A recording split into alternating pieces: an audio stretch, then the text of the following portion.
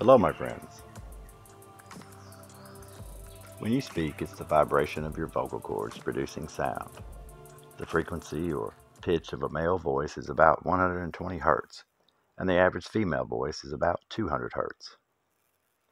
Jordan Johnson, a singer, speaker, voice teacher, and author, says even if you could talk or sing to what sounded perfectly matching to another's voice, a spectrogram would still almost certainly show differences between any two voices saying the same praise. Now, we recognize without sight the voices of our family and friends. You don't have to wonder if it's your mother or father on the phone. Well, you know by the sound or tone of their voices. It's unmistakable. Their frequency you've memorized.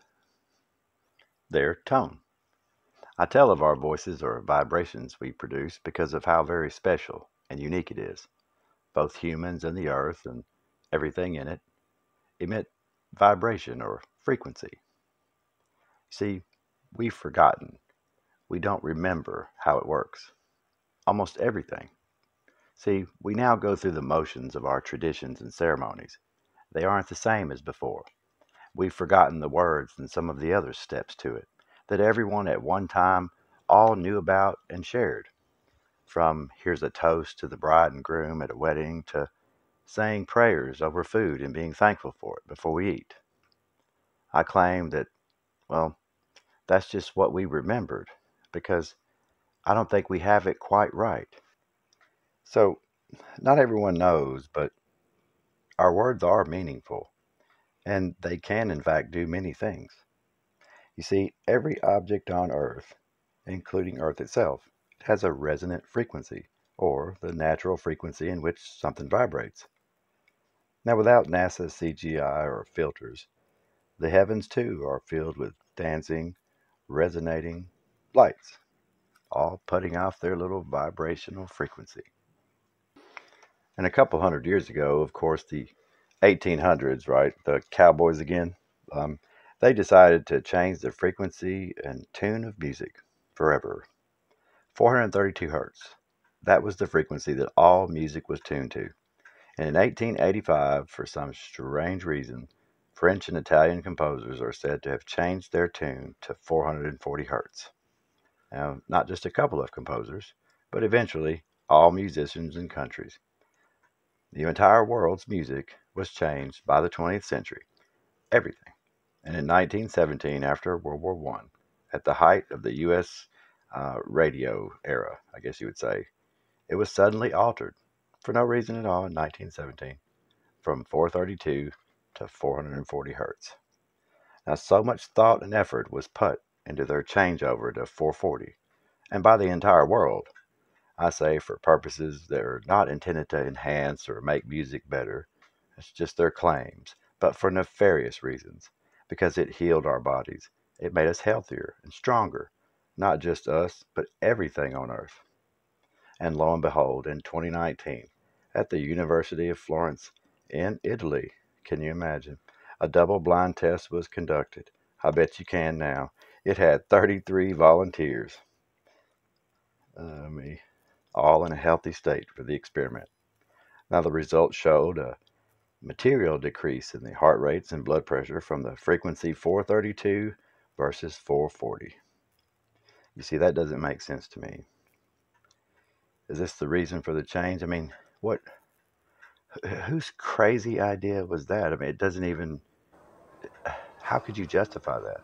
You're crazy. You're crazy, man. You're crazy. You see, that makes no sense to me. How did they know about Hertz in the 1800s? And I'm sure somebody's going to, know that answer, but I'm just going to tell you this. According to modern scientists, it wasn't until the 1980s that they found that healthy human bodies have a frequency of between 62 and 78 hertz. And when we have a cold, our frequency drops to between 57 and 60 hertz. When your body starts to produce cancerous cells, is when your frequency drops below 42 hertz.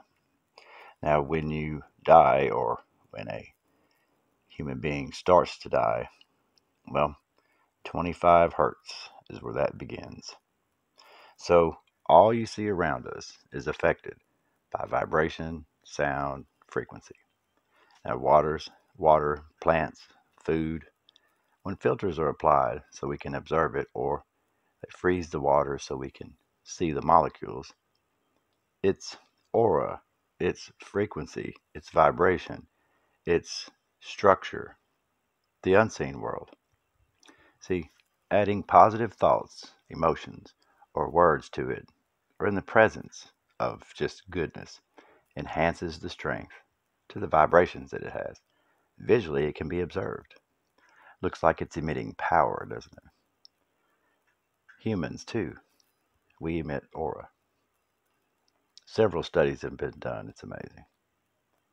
In conclusion, I allege that the toast that we all probably have partaken in, I know you've seen it. We don't remember exactly. We repeat just the motions.